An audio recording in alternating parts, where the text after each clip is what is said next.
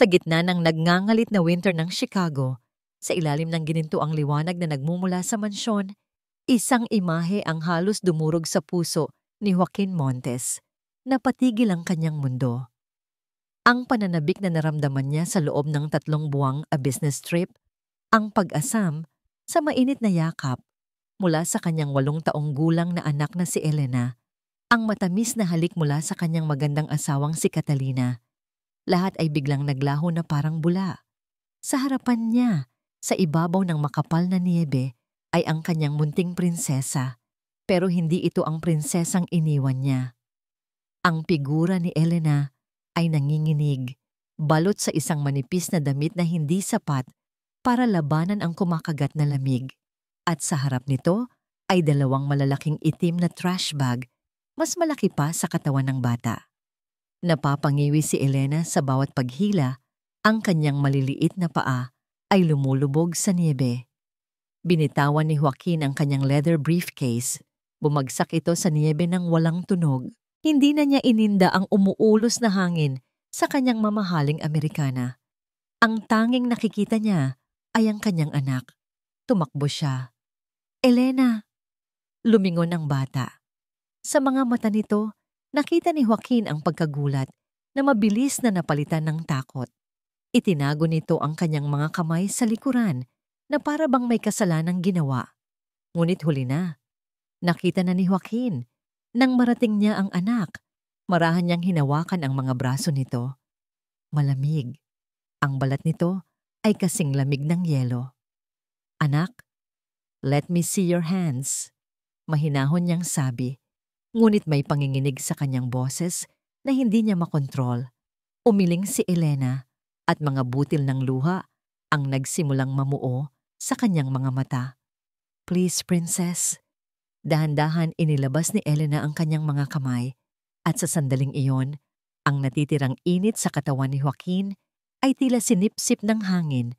Ang mga palad ng kanyang anak ay namumula at halos nangingitim sa lamig. At sa ibabaw ng mga ito, may mga sariwang gasgas na may bahid ng dugo. Dugo na namuo dahil sa tindi ng lamig. Isang ungol ng galit at sakit ang kumawala sa lalamunan ni Joaquin.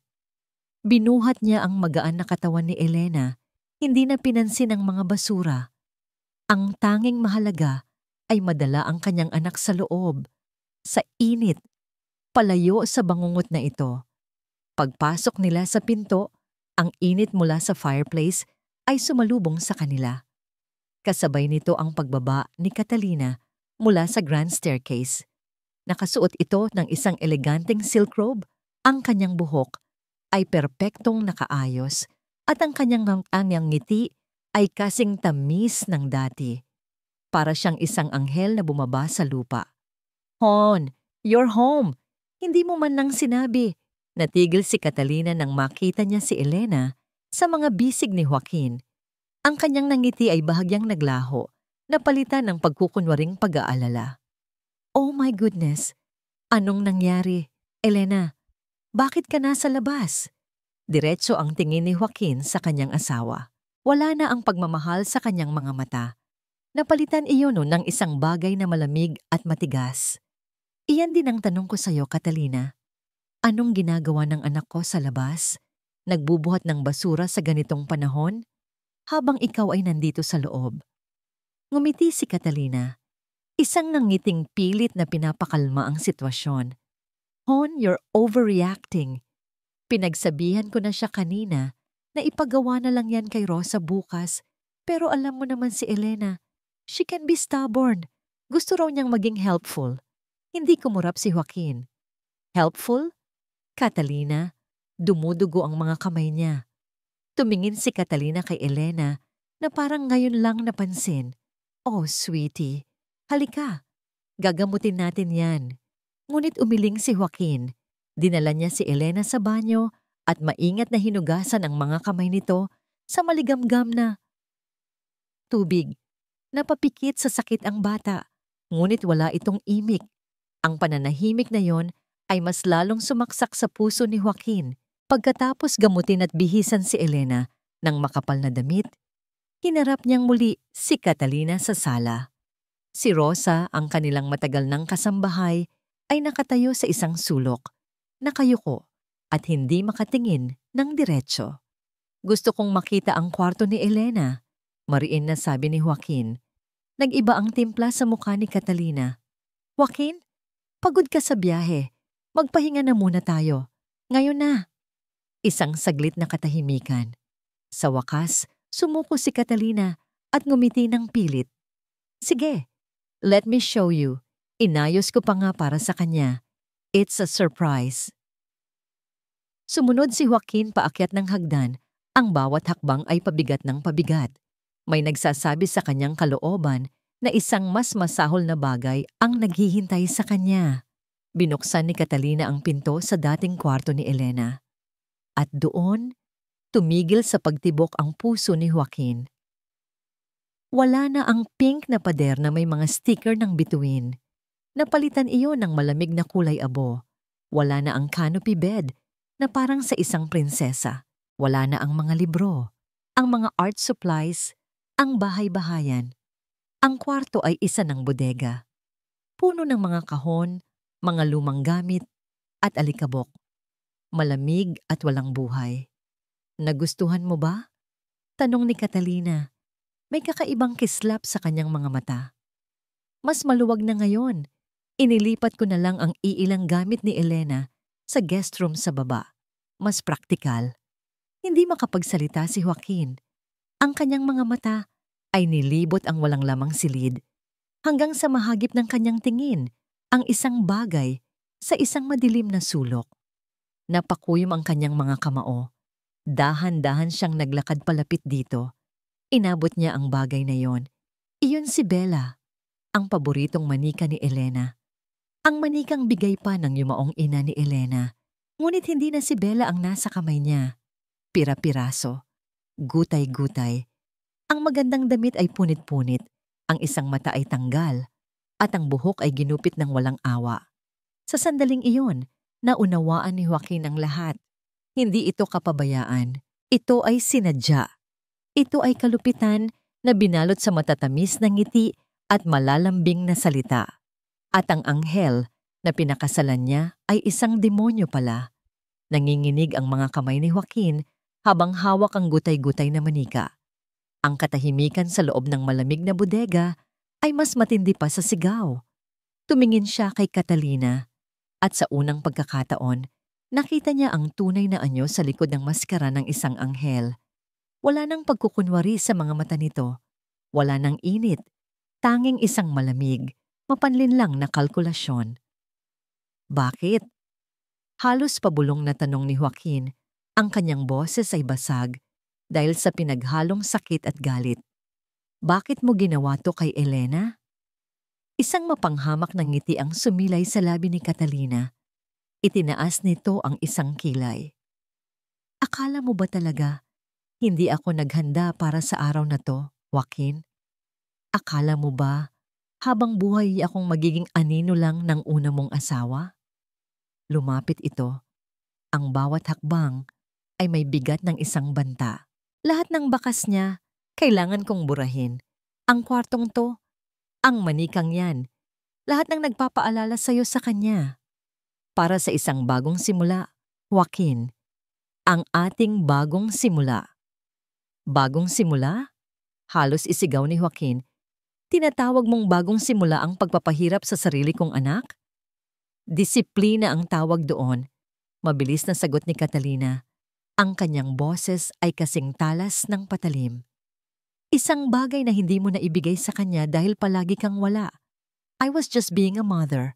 Sa mga salitang yon, isang bagay sa loob ni Joaquin ang nabali. Ang pagtitimpi.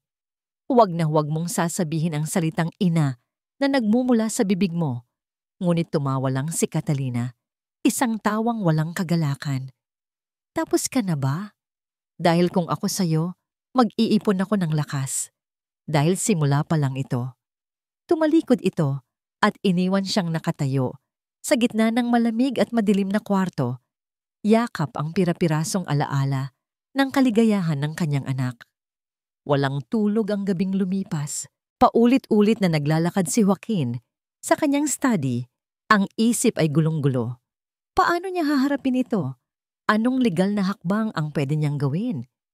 Kailangan niyang ilayo si Elena sa babaeng yon.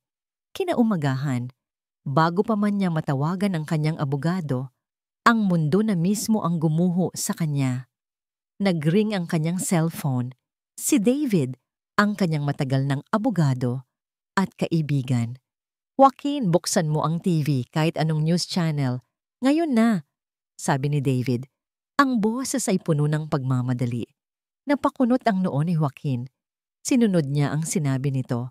At sa screen ng malaking television sa kanyang sala, nakita niya ang sarili niyang mukha. Sa ilalim ng kanyang larawan ay isang headline na kumukutitap. Chicago billionaire Joaquin Montes nakararanas ng matinding mental breakdown. Pamilya nanganganib. Isang babaeng financial analyst ang nagsasalita. May mga ulat na nagsasabing naging erratic at bayolente ang pag-uugali ni Mr. Montes nitong mga nakaraang buwan. May mga leaked medical documents pa nga na nagpapatunay sa kanyang unstable mental condition. Hindi makapaniwala si Joaquin sa kanyang nakikita. Mga dokumentong may pirma ng isang doktor na hindi niya kilala. Mga testimonya mula sa mga source na malapit sa pamilya. Kasinungalingan. Lahat ay kasinungalingan. Kasabay ng kanyang panlalamig, may nag-doorbell. Nang buksan niya ang pinto, isang lalaking naka-uniforme ang nag-abot sa kanya ng isang sobre. For Mr. Joaquin Montes, nanginginig niyang binuksan yon. Mga legal na dokumento. Ang mga salita ay lumulundag sa pahina, sumasaksak sa kanyang kamalayan. Temporary restraining order, petition for sole custody, filed by Catalina Montes. Ayon sa petisyon, siya ay isang panganib sa kanyang sariling anak na kailangan siyang ilayo dito para sa kaligtasan nito. At kasama sa mga dokumento ay isang notice mula sa Board of Directors ng kanyang sariling kumpanya. Sinususpindi siya sa kanyang posisyon bilang CEO dahil sa mga nakakabahalang balita. Bumagsak si Joaquin sa pinakamalapit na upuan. Isang bitag. Isang perpektong bitag. At nahulog siya dito nang hindi niya namamalayan. Habang nakatulala siya sa kawalan, naramdaman niya ang isang presensya sa kanyang tabi. Si Rosa. May dala itong isang basong tubig. Sir Joaquin, mahinang sabi nito, ang mga mata ay namumugto. Patawarin niyo po ako. Alam ko pong may mali, pero natatakot ka. Pagpapatuloy ni Joaquin para sa kanya. Tumango si Rosa at isang butil ng luha ang pumatak mula sa kanyang mata. Nakakatakot po ang kuya niya, si Sir Victor. Palagi po siyang nandito kapag wala kayo. Siya po ang nag-uutos kay Ma'am Catalina. Victor, ang kapatid ni Catalina na palaging tahimik at nasa isang sulok. Ngayon ay naiintindihan na niya.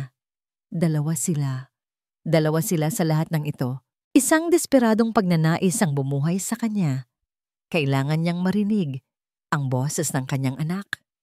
Kailangan niyang malaman kung okay lang ito.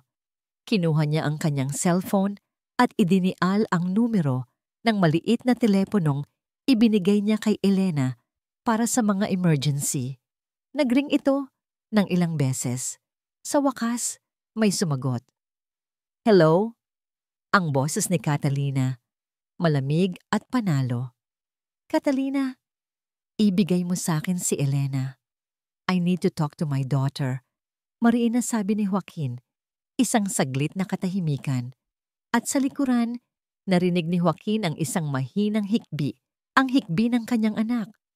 Daddy, naririnig mo ba yan, Joaquin? Sabi ni Catalina.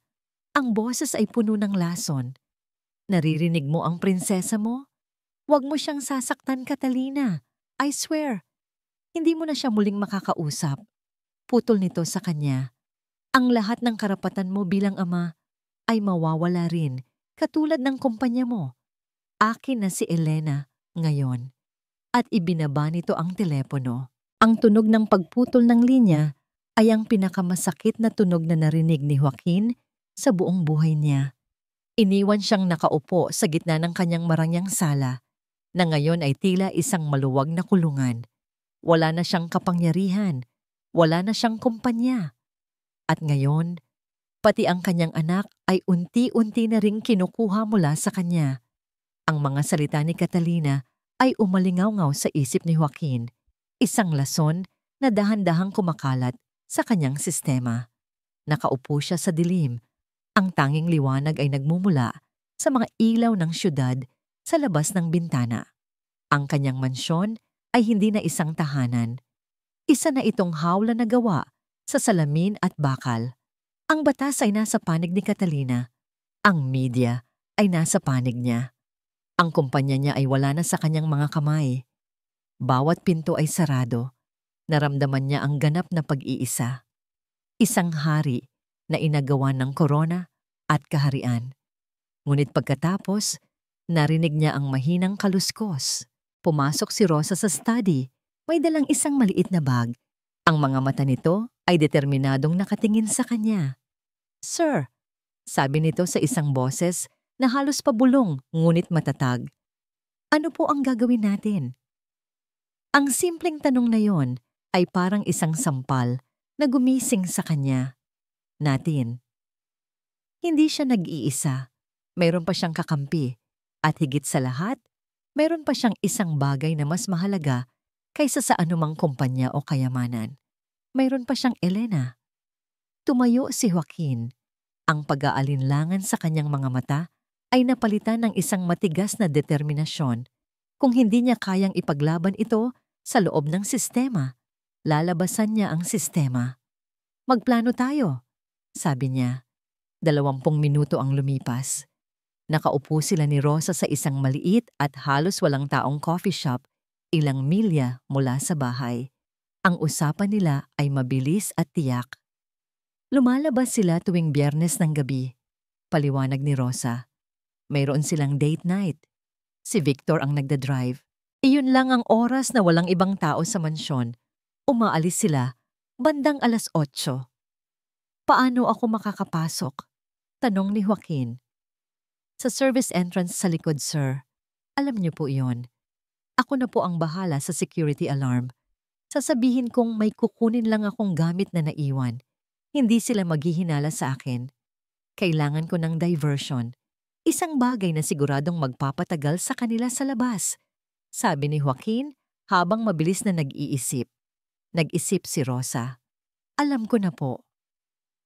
Isang oras bago mag-8:00, tumawag si Rosa kay Catalina. Ang boses niya ay nag-aalala. Sinasabing may emergency sa kanyang pamilya at kailangan niyang umuwi ng maaga. Pumayag si Catalina nang walang interes. Pagkaalis ni Rosa, nagpadala siya ng text kay Joaquin. Okay na. Naghintay si Joaquin sa kanyang sasakyan sa isang madilim na eskinita malapit sa bahay. Ang bawat segundo ay parang isang oras. Ang kanyang puso ay kumakarera. Ito ay isang desperadong sugal. Kung mahuli siya, lahat ng kasinungalingan ni Catalina tungkol sa kanyang pagiging unstable ay magkakatotoo. Makukulong siya at si Elena ay maiwan sa kamay ng isang halimaw. 8:30, nag-vibrate ang kanyang cellphone. Isang text mula kay Rosa. "Umalis na sila. Gawin niyo na, sir. Mag-ingat po kayo." Ipinark niya ang sasakyan sa likod ng mansyon sa isang lugar na hindi kita mula sa kalsada.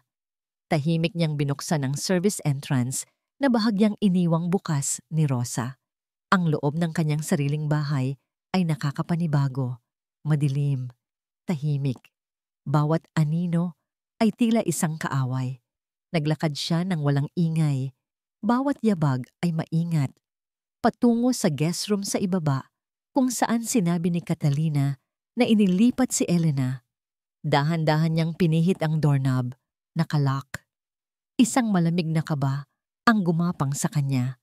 Kinatok niya ng marahan. "Elena? Princess? Si Daddy to." Walang sagot. Sinubukan niyang muli, mas malakas ng kaunti. "Anak, please, Open the door. Isang mahinang tunog mula sa loob ang kanyang narinig. Isang hikbi. Hindi na siya nag-isip pa. Ginamit niya ang kanyang buong bigat at puwersa para sirain ang lock. Bumukas ang pinto sa isang malakas na kalabog. Sa loob ng madilim na kwarto, sa pinakasulok, nakita niya ang isang maliit na figura. Nakaupo si Elena sa sahig, yakap ang kanyang mga tuhod. "Daddy?" Gulat at takot na bulong nito. Lumuhod si Joaquin sa harap niya. Ang makita ang takot sa mga mata ng sariling anak ay isang kutsilyong humiwa sa kanyang puso. "Ako to, princess. Huwag kang matakot. Aalis tayo dito." Inilahad niya ang kanyang kamay. Nag-atubili si Elena ng isang segundo. Ang mga mata ay tumingin sa sirang pinto na para bang nag-aalala sa galit ni Catalina.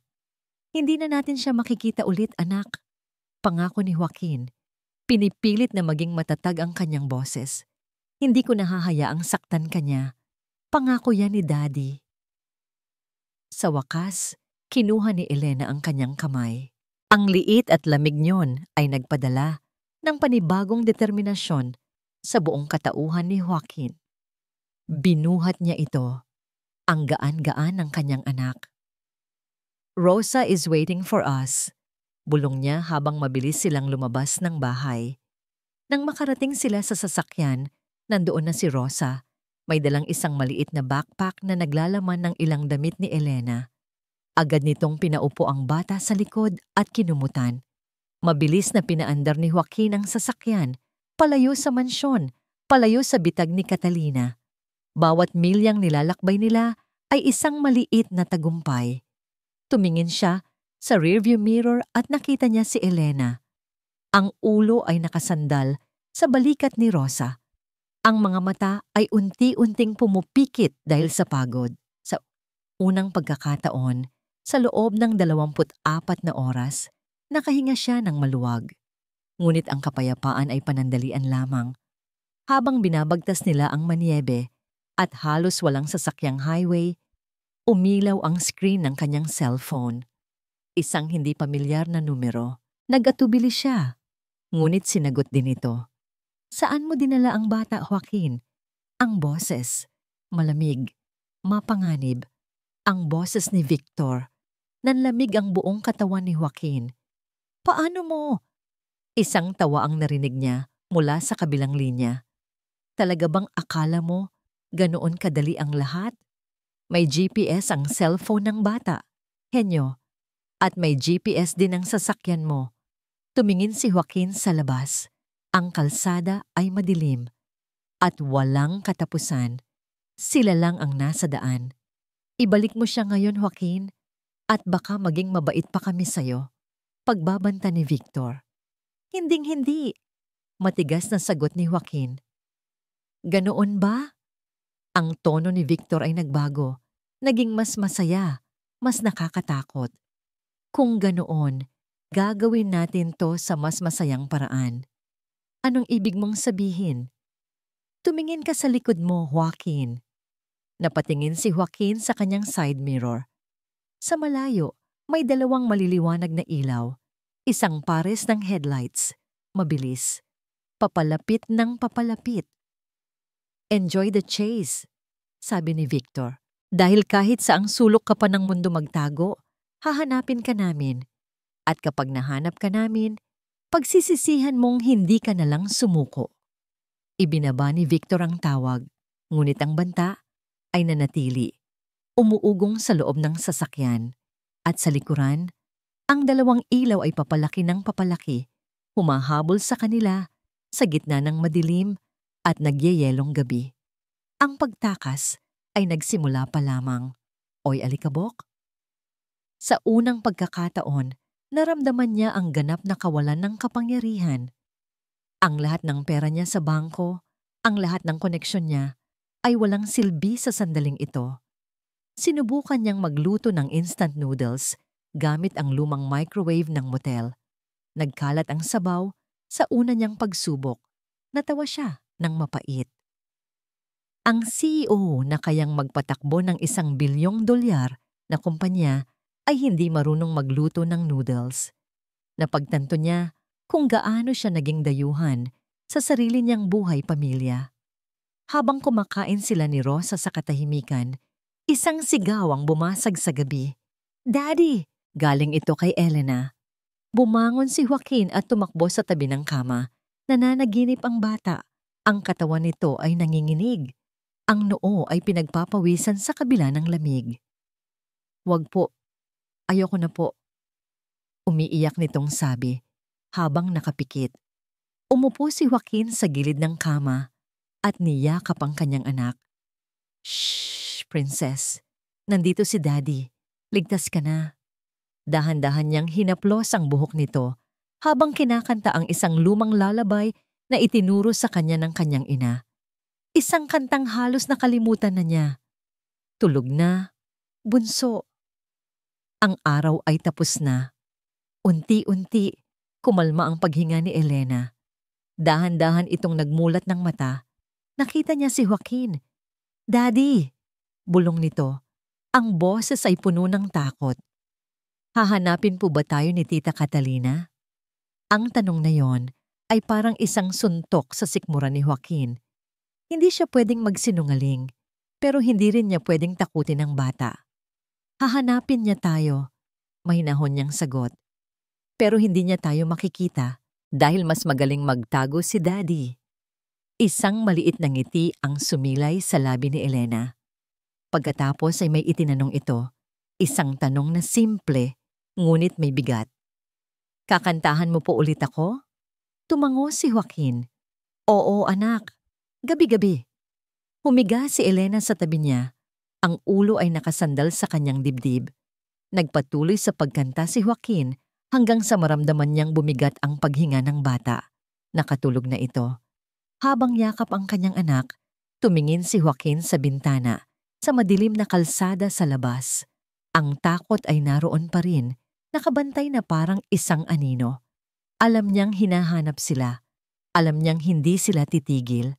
Ngunit sa gitna ng takot, may isang bagong damdaming sumibol sa kanyang puso. Ang init mula sa katawan ng kanyang anak, ang tiwala sa mga mata nito. Ito ang kanyang bagong lakas. Ito ang kanyang bagong kaharian. Hindi pa tapos ang laban. Sa katunayan, nagsisimula pa lang ito. Ngunit ngayon, alam na niya kung para saan at para kanino siya lumalaban. Kinabukasan, habang nag-aayos sila ng kanilang iilang gamit para umalis na naman, may napansin si Joaquin. Isang itim na sedan ang dumaan sa harap ng motel. Nagdahan-dahan ito. Pagkatapos ay umikot at dumaan ulit. Hindi ito nagkataon lang. "Rosa," sabi ni Joaquin. Ang boses ay mahina, ngunit puno ng pagkaalerto. "Kailangan na nating umalis. Ngayon na." Nataranta si Rosa. Habang nagmamadali itong isinilid ang mga damit sa bag, bigla itong natigilan. Tumingin ito sa isang lumang bag na dala-dala niya.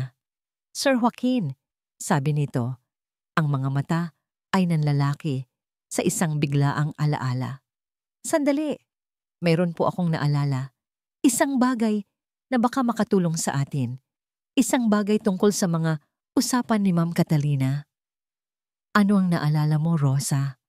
Tanong ni Joaquin. Ang kanyang boses ay mahigpit at puno ng pag-asa. Humugot ng malalim na hininga si Rosa. Pilit na inaalala ang bawat detalye. "Ang pamilya po niya, sir. Sa Batangas daw po. Minsan, may nabanggit po sa kanya ang isang bisita tungkol sa ganda ng Batangas. Nagalit po si Ma'am Catalina. Isang galit na hindi ko pa po nakita dati. Sinabi niyang ayaw na ayaw niyang pinag-uusapan ng lugar na yon. Batangas. Isang maliit na detalye, ngunit ito na ang pinakaunang sinulid na mahahawakan nila. Salamat, Rosa. Malaking tulong yan, sabi ni Joaquin. Umalis sila sa motel na yon at naghahanap ng panibagong matutuluyan, isang lugar na mas liblib pa. Habang si Rosa at Elena ay nasa loob ng kwarto, naghahanap si Joaquin ng isang public payphone sa isang gasolinahan sa gitna ng kawalan. Ginamit niya ang mga baryang nakuha niya mula Sa pagpapapalit ng $100, nanginginig niyang idiniial ang numero ni David, ang kanyang abogado at kaibigan. David speaking, sagot ng formal na boses. Dave, si Joaquin to. Isang saglit na katahimikan. Joaquin? Diyos ko, saan ka nagsusuot? Pinaghahanap ka ng buong estado. Sinasabi nilang kinidnap mo ang sarili mong anak. Hindi totoo yon, Dave. Alam mo yan, desperadong sabi ni Joaquin. Bitag ang lahat ng ito. Si Catalina, may mali sa kanya. Kailangan ko ng tulong mo. Bumuntong hininga si David sa kabilang linya. Joaquin, anong gusto mong gawin ko? Ang buong media ay laban sa'yo. May restraining order ka. Ang pagtulong sa'yo ay career suicide para sa akin. Hindi ko hinihingi na itago mo ako. Pakiusap ni Joaquin. Ang hinihingi ko lang, mag-imbestiga ka. Hanapin mo ang lahat ng impormasyon tungkol kay Catalina Montes bago kami ikasal. Mula raw siya sa Batangas. Please, Dave, bilang kaibigan, may utang na loob ako sa'yo habang buhay. Isang mahabang katahimikan. Naririnig ni Joaquin ang pag-iisip ni David. Batangas, sabi mo? Oo. Sige. Sa wakas ay sabi ni David. Gagawin ko. Pero huwag kang tatawag sa opisina o sa bahay ko. Bibigyan kita ng numero. Tumawag ka bukas sa parehong oras. At mag-ingat ka, Joaquin. Seryoso sila. Kinabukasan, ang bawat oras ay parang 1 taon. Ginugol ni Joaquin ang maghapon sa pag-aalaga kay Elena. Naglaro sila, nagbasa ng libro. Sinubukan niyang ibigay sa bata ang isang normal na araw sa gitna ng isang abnormal na sitwasyon.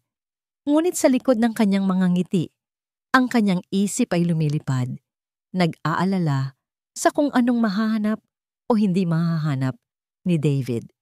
Nang sumapit ang takdang oras, bumalik siya sa payphone. Dave? Sabi niya pagkasagot nito. Joaquin? Sagot ni David. Kakaiba ang tono nito. Wala na ang pag-aalinlangan. Napalitan yon ng pagkalito at takot. May nahanap ka ba? Mayroon at wala. Sagot ni David. Sinuri ko lahat. Birth certificate, school records, government IDs, lahat. Joaquin, parang isang multo ang asawa mo. Walang record si Catalina Montes bago ang araw na nakilala ka niya. It's a dead end. Para siyang nilikha lang mula sa hangin. Bumagsak ang puso ni Joaquin. Kung ganoon, wala na. Wala na tayong magagawa. Hindi, sandali.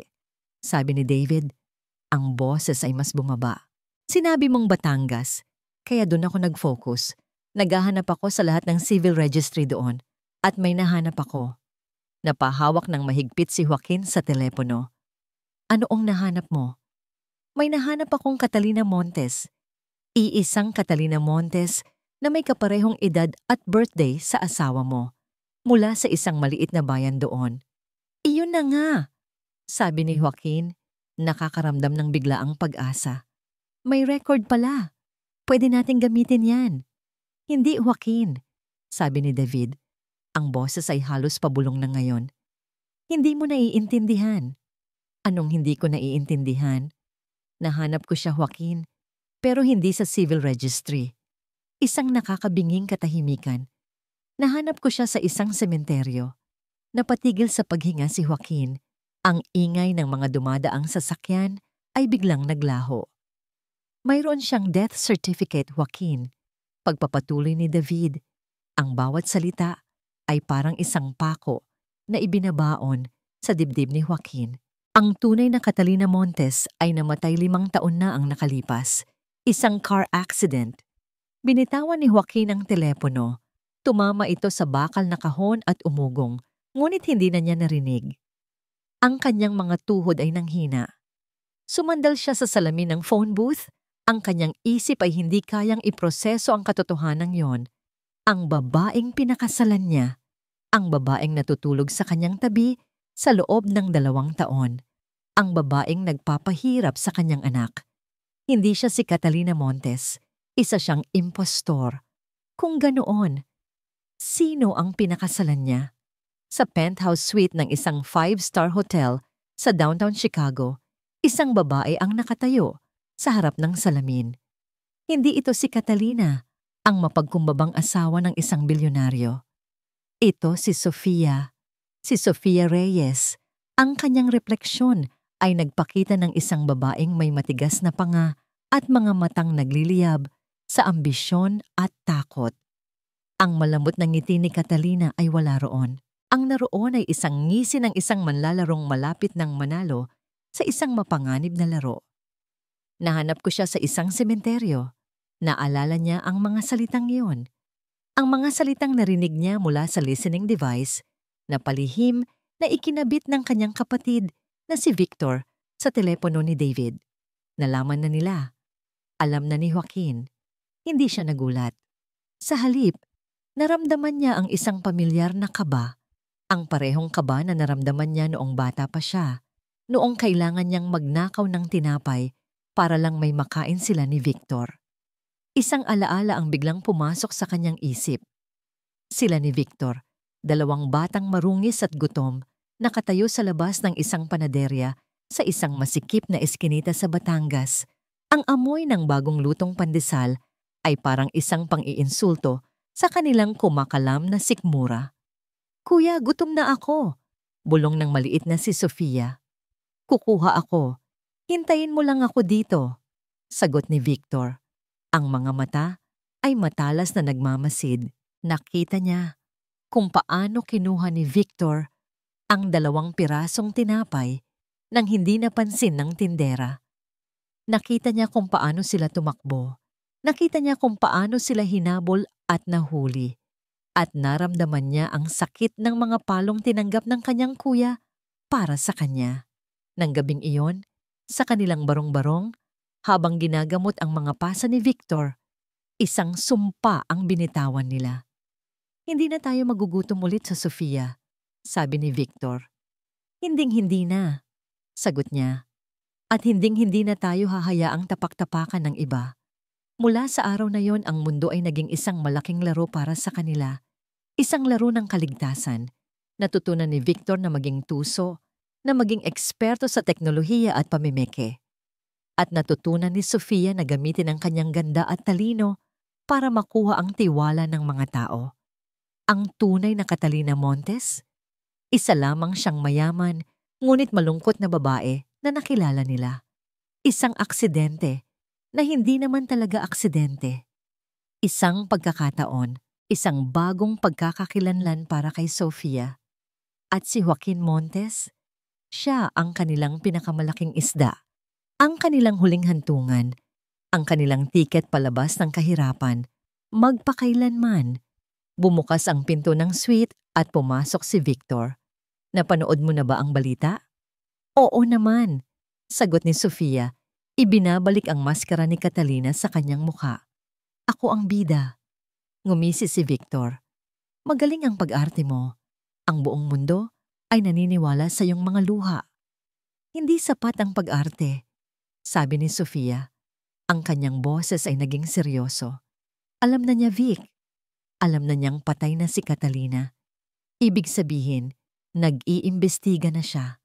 Kailangan na nating tapusin to. "Anong plano?"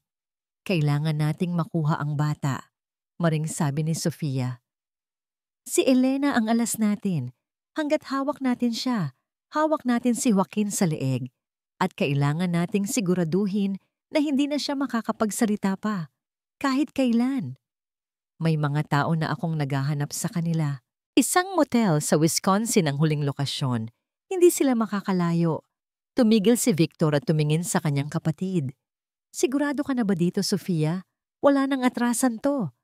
Lumapit si Sofia sa bintana at tumingin sa mga ilaw ng Chicago sa ibaba. Ang lahat ng ito, ang kapangyarihan, ang yaman, nasa abot kamay na niya. "Kailan ba tayo umatras, kuya?" Mahina niyang sagot. Kinuha niya ang kanyang cellphone at idinial ang numero ng isang sikat na TV host. Oras na para sa isa pang madamdaming interview. Oras na para muling paiyakin ang publiko. para sa isang kaawa-awang asawang iniwan ng isang baliw na asawa. "Hello, Jessica. It's Catalina," sabi niya sa telepono. Ang kanyang boses ay puno ng pekeng kalungkutan. "Kailangan ko ng tulong mo. Natatakot ako para sa kaligtasan ng anak ko." Habang nagsasalita siya, isang tawag ang pumasok sa cellphone ni Victor. Sinagot niya ito. Pagkatapos ng ilang segundo, ibinaba niya ang tawag at tumingin kay Sofia. Isang ngiti ng tagumpay ang nasa kanyang labi. "Nahanap na natin sila." Ang bigat ng katotohanang si Catalina ay isang impostor ay parang isang malaking bato na nakadagan sa dibdib ni Joaquin. Nagmamaneho siya ng walang direksyon. Ang isip ay lumilipad. Sino ang kalaban niya? Gaano sila kapanganib? Ang bawat anino ay tila isang banta.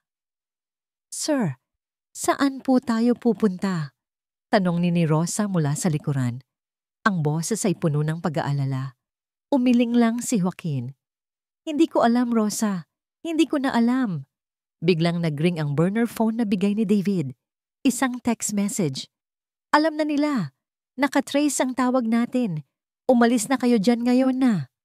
Kasabay ng pagbasa niya sa mensahe, isa pang text ang dumating. Isang larawan. Ang larawan ng motel na tinuluyan nila kanina. Kuha mula sa labas. At sa ilalim nito, isang simpleng mensahe mula sa isang hindi kilalang numero. "Malapit na kami." Kinilabutan si Joaquin. Itinapon niya ang manibela at humarurot sa kalsada. Hindi na mahalaga kung saan. Ang mahalaga ay ang distansya. "Kumapit kayo." Ang biglaang pag-arangkada ay nagpagulong sa mga gamit nila sa likod ng sasakyan.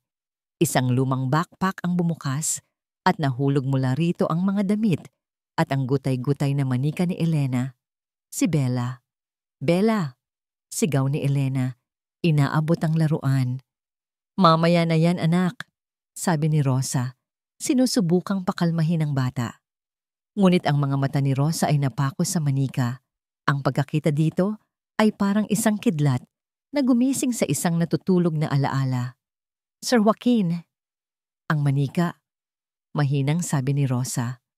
"Rosa, hindi ito ang oras para dyan." Mariing sagot ni Joaquin. Ang mga mata ay nakatutok sa kalsada. "Hindi po, sir. Pakinggan niyo po ako." Pagpupumilit ni Rosa. "May naalala po ako. Mga ilang buwan na ang nakalipas bago pa po kayo umalis. Narinig ko pong may kausap sa telepono si Ma'am Catalina. Galit na galit po siya. May sinasabi siya tungkol sa plano at pera. Nakakatakot po ang boses niya." Napakunot ang noo ni Joaquin, ngunit patuloy siyang nagmaneho. "Sa takot ko po para kay Elena." Pagpapatuloy ni Rosa, ang boses ay nanginginig na ngayon.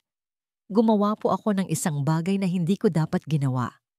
Kinuha ko po yung maliit na voice recorder na bigay niyo sa akin dati para sa mga grocery list. Maliit lang po iyon, kasing liit ng daliri." Dito na napatingin si Joaquin sa rearview mirror. Nakita niya ang determinasyon sa mga mata ni Rosa. "Itinago ko po iyon sa loob ng manika. Sa likod, sa ilalim ng mga tahi. Inisip ko po na baka sakali, baka may mai-record ito na pwedeng magamit para protektahan si Elena balang araw. Pagkatapos po ay nakalimutan ko na dahil sa takot." Natigilan si Joaquin. Isang recorder sa loob ng manika? "Sigurado ka ba, Rosa?" "Opo, sir. Sigurado po ako." Sa isang iglap, nag-iba ang lahat. Nag-iba ang takbo ng kanilang pagtakas. Hindi na lamang sila tumatakas. Naghahanap na sila ngayon. Ipinark ni Joaquin ang sasakyan sa isang madilim na parking lot ng isang saradong simbahan. Kinuha niya ang manika mula kay Elena. "Pahiram muna si Bella, princess, ha? May titingnan lang si Daddy." Gamit ang isang maliit na kutsilyo mula sa kanyang keychain, maingat niyang tinastas ang mga tahi sa likod ng manika. Sa loob ng cotton stuffing, nakapa niya ang isang maliit at matigas na bagay. Dahan-dahan niya itong inilabas. Isang maliit, Itim na digital voice recorder. Ang puso ni Joaquin ay kumabog ng napakabilis. Ito na ba yon?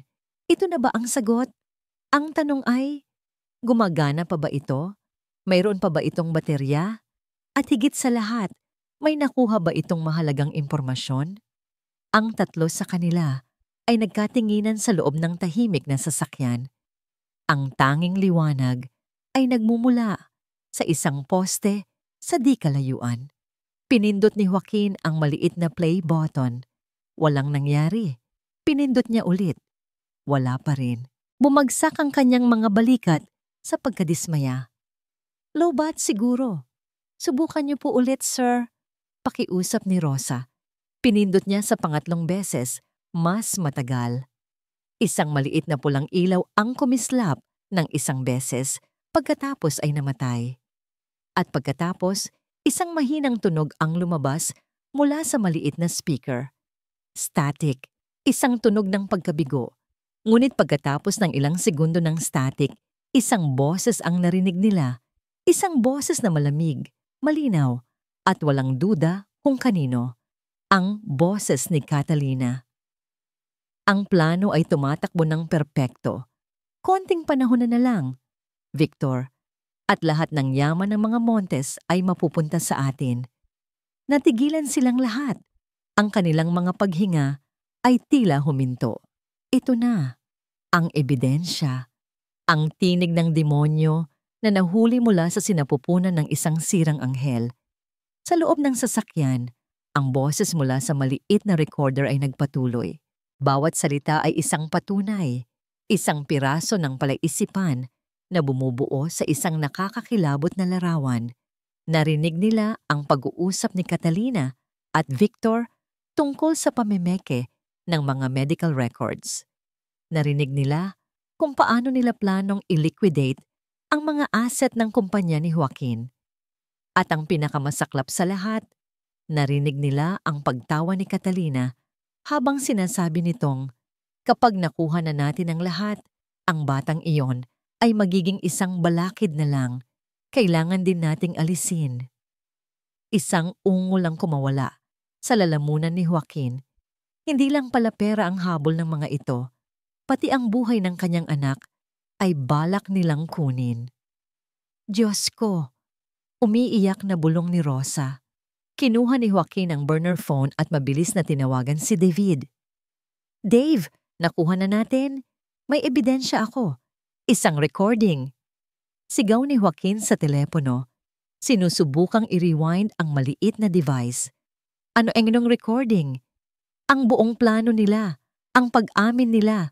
Dave, ito na ang bala natin. This is the silver bullet.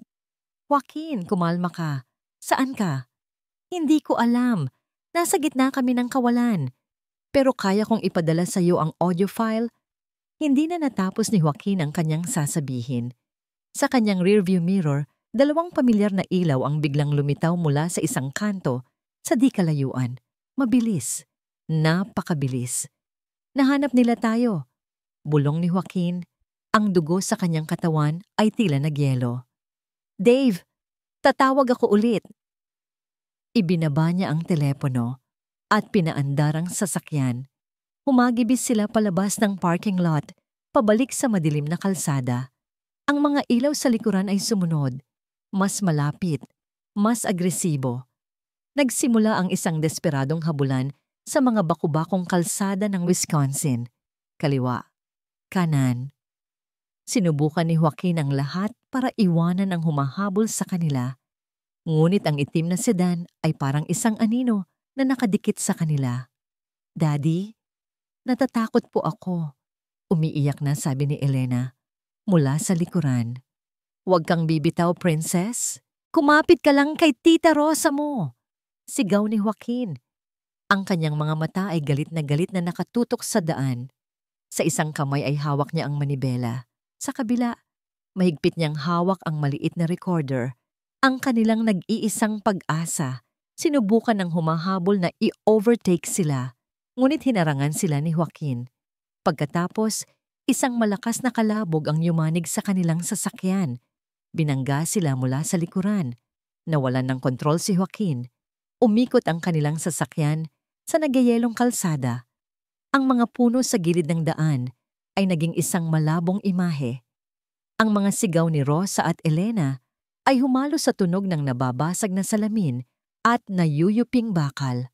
Ang huling nakita ni Joaquin bago magdilim ang lahat ay ang puting pader ng niebe sa gilid ng isang bangin, papalapit ng papalapit. Isang malakas na impact. Pagkatapos, katahimikan.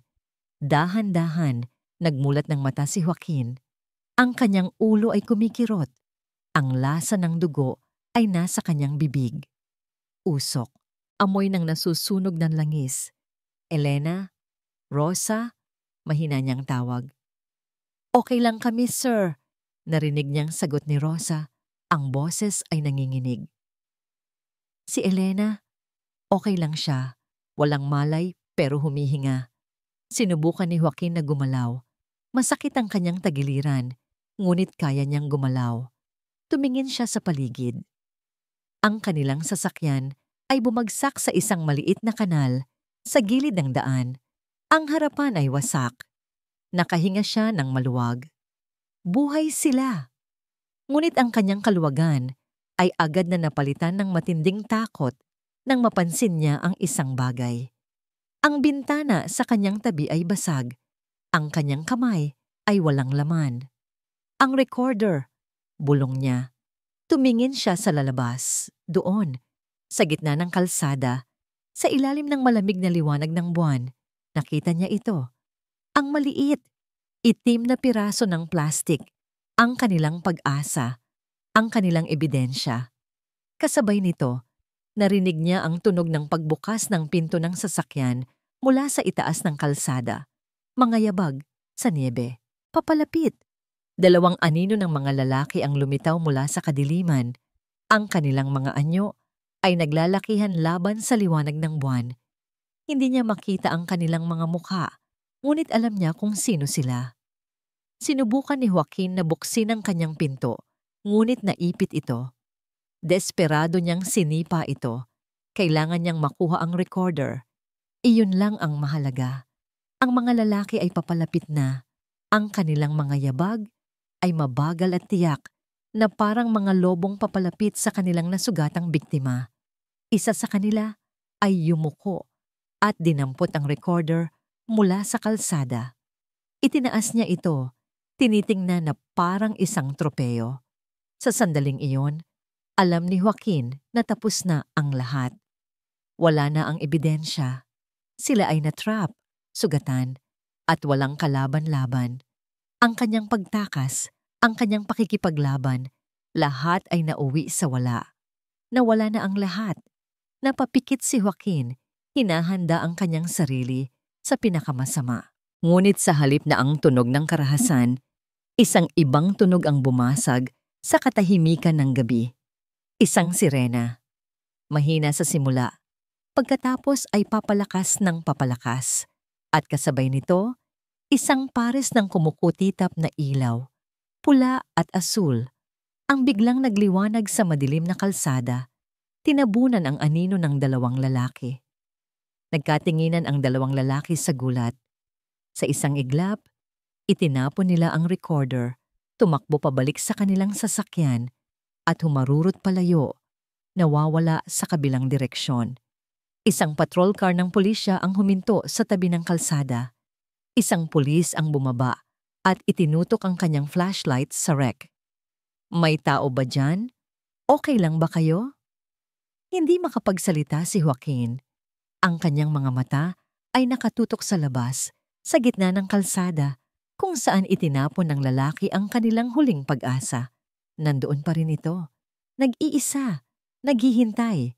Ligtas sila. At ang ebidensya ay ligtas din. Ang mga kumukutitap na ilaw ng ambulansya at sasakyan ng pulis ay ginawang isang entablado ng kaguluhan, ang tahimik na kalsada. Matapos suriin ng mga mediko, milagrong minor injuries lang ang natamo ni na Joaquin, Rosa at Elena. Ang bata ay nagkamalay na rin, bagamat takot na takot pa rin. Dinala sila sa pinakamalapit na presinto ng pulisya sa isang maliit na bayan. Ang lugar ay simple, amoy lumang papel at kape. Doon, sa ilalim ng malamlam na ilaw ng isang interrogation room, inabot ni Joaquin ang maliit na recorder sa hepe ng pulisya, isang lalaking nasa edad 50 na may malalim na mga mata. Ito po ang dahilan kung bakit kami hinahabol, sabi ni Joaquin. Ipinatong ng hepe ang recorder sa mesa na parang isang mahalagang piyesa ng ebidensya. Habang pinapakinggan niya ang laman nito, kasama ang 2 pang opisyal, kitang-kita ni Joaquin ang pagbabago sa kanilang mga mukha. Mula sa pagdududa, naging pagkagulat, at sa huli ay naging seryosong pagkaalarma. Montes, sabi ng hepe matapos ang ilang minuto. Ang kanyang boses ay puno na ng respeto. Ang kwento mo ay halos hindi ka panipaniwala. Ngunit ang recording na ito, binabago nito ang lahat. Kasabay nito, dumating si David. Sumakay ito sa unang flight papuntang Wisconsin matapos marinig ang balita. Pagod ang kanyang itsura, ngunit ang mga mata ay alerto. Joaquin! Sabi nito, niyakap ang kaibigan. Salamat sa Diyos at ligtas kayo. Sa loob ng sumunod na 2 oras, ang maliit na presinto ay naging isang war room. Ipinaliwanag ni David ang buong legal na sitwasyon, kasama na ang impormasyon tungkol sa tunay na Catalina Montes na namatay 5 taon na ang nakalipas. Ang kaso ay mabilis na lumaki. Mula sa isang simpleng car chase, naging kidnapping, at ngayon ay posibleng identity fraud at conspiracy to commit murder. This is way above our pay grade, pag-amin ng hepe. This is federal territory now. Tumawag ang hepe sa FBI. Makalipas ang ilang oras, 2 ahente ng FBI na naka-Amerikana ang pumasok sa presinto. Sila ay kalmado, propesyonal, at matalas. Muli, ikinuwento ni Joaquin ang lahat. Ipinakita ni David ang mga dokumento at ipinarinig nila ang recording. Sofia Reyes and Victor Reyes, sabi ng isa sa mga ahente, tinitipa ang pangalan sa kanyang laptop. Kilala namin sila. Maliliit na con artists na nag-ooperate sa East Coast. Ngunit hindi namin alam na lumipat na sila sa ganito kalaking laro. Ang lahat ng piraso ng palaisipan ay nagtutugma na. Ang babaeng nagpapanggap na Catalina ay si Sofia Reyes. Mr. Montes, sabi ng lead agent. Ang recording na ito ay isang malakas na ebidensya. Ngunit para masigurong mahuhuli natin sila at makukulong habang buhay, kailangan natin ng isang bagay na hindi nila matatatanggihan. Kailangan nating mahuli sila sa akto. Tumingin ang ahente kay Joaquin. Kailangan ka naming gamitin bilang pain. Isang plano ang nabuo. Isang huling, mapanganib na taya. Gagamitin ni Joaquin ang burner phone para tawagan si Sofia. Sasabihin niyang pagod na siya sa pagtakas. Sasabihin niyang susuko na siya. Iaalok niya ang lahat. Ang kanyang natitirang pera, ang kanyang pagsuko sa kustodya ni Elena, kapalit lamang ng isang bagay. Ang kaligtasan nilang 3. Mag-aayos sila ng isang lugar ng pagkikita. Isang lugar na mapipili ni Sofia para maramdaman nitong siya ang may kontrol. At sa lugar na yon, ang FBI ay maghihintay. Kinakabahan, kinuha ni Joaquin ang telepono. Idininial niya ang numero ni Victor. Ang puso niya ay dumadagundong sa kanyang dibdib. Sa likod ng one-way mirror, pinapanood siya ng FBI, ni David at ni Rosa. Sumagot si Victor. Tingnan mo nga naman, buhay pa pala ang pusa. Pagod na ako, Victor, sabi ni Joaquin, sinusubukang gawing basag at talunan ang kanyang boses. Kayo na ang nanalo. Ibibigay ko na ang lahat. Narinig niya ang pagtawa ni Victor. Anong nakain mo? Gusto kong makausap si Sofia. Pagdidiin ni Joaquin sa pangalan. Isang saglit na katahimikan. Pagkatapos ay ang boses na ni Sofia ang narinig niya. Matamis ngunit may bahid ng lason. Joaquin, mahal, akala ko ba'y galit ka sa akin? Tapos na ang laro, Sofia, sabi ni Joaquin. Ibibigay ko sa'yo si Elena at ililipat ko ang lahat ng offshore accounts ko sa pangalan mo. Pagkatapos, aalis na kami ni Rosa. Hindi na ninyo kami makikita pa. Narinig niya ang pag-iisip ni Sofia sa kabilang linya. Ang alok ay masyadong maganda para tanggihan. Saan? Kahit saan mo gusto, sagot ni Joaquin. Ikaw ang may kontrol. Isang nangisi ang narinig niya sa boses nito. Magaling. May isang lumang bodega sa tabi ng ilog sa may south side. Alam mo yon, bukas ng gabi, 9:00, at siguraduhin mong mag-isa ka lang, Joaquin. Nagbanta ito, ang boses ay naging malamig na parang yelo.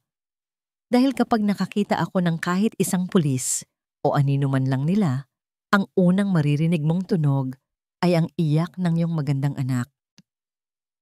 Ibinaba ni Sofia ang tawag. Tumingin si Joaquin sa mga ahente ng FBI sa likod ng salamin at tumango. Ang bitag ay handa na. Ang tanong na lang ay kung sino ang tunay na mahuhuli dito. Model O. Dalawa pang malalaking lalaki ang bumaba mula sa kabilang sasakyan. Mag-isa ka lang ba talaga, Joaquin?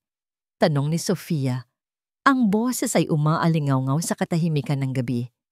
Tulad ng napag-usapan, sagot ni Joaquin. Pinapanatiling kalmado ang kanyang boses. Nasaan si Elena? Ngumisi si Sofia. Oo. Ang iyong munting prinsesa. Ligtas siya. Sa ngayon. Pero bago yon, ang bayad muna. Itinaas ni Victor ang isang briefcase. Ang mga account details, isulat mo lahat dito. Ngayon na. Kinuha ni Joaquin ang briefcase at isang panulat. Habang nagkukunwaring nagsusulat, ang kanyang mga mata ay hindi inaalis kay Sofia. Bakit, Sofia? Hindi pa ba sapat ang lahat ng nakuha mo? Tumawa si Sofia, isang tawang puno ng pait. Sapat. Joaquin, hindi mo alam kung ano ang ibig sabihin ng salitang sapat. Hindi mo alam kung ano ang pakiramdam ng matulog sa malamig na sahig, ng kumain ng tira-tira. Ang lahat ng ito, ikinumpas niya ang kanyang kamay sa paligid. Ang lahat ng yaman mo, hindi mo ito deserve. Kinuha lang namin ang dapat ay sa amin. Pati ang buhay ng isang inosenteng bata? Mariing tanong ni Joaquin. Ang nangiti sa mukha ni Sofia ay naglaho. Ang batang iyon ang kahinaan mo. At sa larong ito, ang kahinaan ay kailangang alisin. Iyon na ang pag-amin. Ang huling piraso na kailangan ng FBI. Narinig niyo ba yon? Bulong ni Joaquin, para lamang sa earpiece na naririnig. Loud and clear, Mr. Montes, sagot ng ahente. Isinara ni Joaquin ang briefcase at iniabot ito kay Victor. Ayan na. Ngayon, ibigay niyo na sa akin ang anak ko. Kinuha ni Victor ang briefcase at binuksan ito para suriin. Ngunit sa halip ng mga numero ng account, ang nakasulat lang sa papel sa loob ay 3 salita. Tapos na ang laro. Napakunot ang noo ni Victor. Ipinakita niya ito kay Sofia. Sa sandaling iyon, ang mukha ni Sofia ay nag-iba mula sa pagtatagumpay patungo sa pagkalito at pagkatapos ay sa biglaang pagkatanto. Tumingin siya kay Joaquin. Ang mga mata ay nanlilisik sa galit. Isang bitag. Ngayon na, isinigaw ni Joaquin ang signal word. Sa isang iglap, ang dilim ay pinunit ng nakakasilaw na mga ilaw. Mula sa lahat ng direksyon, bumuhos ang mga ahente ng FBI. Ang kanilang mga armas ay nakatutok sa grupo ni Sofia. Ang malalakas na sigaw ng FBI, "Don't move!" ay yumanig sa buong lugar. Sinubukang bunutin ni Victor ang kanyang baril, ngunit bago pa man niya ito maitutok, isang ahente na ang dumagan sa kanya. Ang 2 pang tauhan ay agad na sumuko. Ngunit si Sofia ay hindi gumalaw. Nakatayo lang siya sa gitna ng lahat, napapaligiran, natatalo. Tumingin siya kay Joaquin. Ang kanyang magandang muka ay nabaluktot sa isang maskara ng purong puot. Akala mo ba dito nagtatapos ang lahat, Joaquin? Sabi niya, ang boses ay nanginginig sa galit. Kahit makulong pa ako, sisirain ko pa rin ang buhay mo. Tapos na, Sofia, mahinahong sabi ni Joaquin. Habang pinupusasan ng mga ahente ang kanyang mga kamay, Tumingin si Sofia sa kanya sa huling pagkakataon. Wala na ang anghel, wala na ang reyna. Ang naroon na lang ay isang talunang babae na nilamon ng sarili niyang kasakiman. Ang kanyang mga mata ay hindi na nagbabanta. Ang mga ito ay puno na ng kawalan, ng isang hinaharap na ninakaw, hindi ng iba, kundi ng kanyang sarili. Nang mailagay na sila sa mga sasakyan ng pulis, lumapit ang lead agent kay Joaquin. "Magaling ang trabaho mo, Mr. Montes." Ngunit hindi na nakikinig si Joaquin. Ang kanyang mga mata ay nasa isang itim na van na huminto sa di kalayuan. Bumukas ang pinto nito at mula sa loob, lumabas si Rosa. At sa tabi niya, "Daddy!" Tumakbo si Elena papalapit sa kanya. Sinalubong siya ni Joaquin ng isang mahigpit na yakap. Binuhat siya at inikot. Sa sandaling iyon, ang lahat ng takot, lahat ng sakit, lahat ng pagod ay naglaho. Niyakap niya ang kanyang anak na parang ito ang pinakamahalagang kayamanan sa buong mundo. Dahil para sa kanya, ito nga. "Ligtas na tayo, princess!" Bulong niya sa buhok nito. Ligtas na tayo. At sa ilalim ng mga ilaw ng katarungan, sa gitna ng mga abo ng isang nasirang kasinungalingan, isang ama at isang anak ang muling nagkasama. Handa nang magsimula ng isang bagong kabanata. Lumipas ang 6 na buwan. Ang taglamig ng Chicago ay napalitan na ng mainit na yakap ng tag-araw. Ang mga balita tungkol kay Sofia at Victor Reyes, ang impostor couple, ay unti-unti nang humupa. Matapos ang isang mabilis na paglilitis, kung saan ang audio recording at ang testimonya ni Rosa ay naging mga susing ebidensya, sila ay nahatulan ng habambuhay na pagkakakulong para sa kidnapping, fraud, at conspiracy to commit murder. Nakuha ni Joaquin ang lahat ng nawala sa kanya. Ang kanyang pangalan ay nalinis. Ang kanyang posisyon sa kumpanya ay naibalik. Ang mansyon ay muli niyang pag-aari. Ngunit habang nakatayo siya sa grand living room, sa parehong lugar kung saan nagsimula ang kanyang bangungot, naramdaman niyang hindi na siya kabilang doon. Ang bahay na ito ay puno ng mga alaala ng kasinungalingan. Nagbago na siya. Ang dating Joaquin Montes na mas inuuna ang board meetings kaysa sa school plays ng kanyang anak ay wala na. Ang lalaking tumayo sa kanyang harapan ay isang ama. Iyon muna, bago ang lahat. Gumawa siya ng isang desisyon. Ibinenta niya ang mansyon. Ibinenta niya ang kanyang shares sa kumpanya, sapat lamang para manatiling miyembro ng board. Inilipat niya ang malaking bahagi ng kanyang kayamanan sa isang bagong pundasyon. Isang hapon, habang ang araw ay ginintuan, dinala niya si Elena sa isang tahimik na parke sa tabi ng lawa. Umupo sila sa isang bench, naghahagis ng mga mumo ng tinapay sa mga bibe. "Princess," simula ni Joaquin, "naalala mo pa ba yung lumang bahay natin?"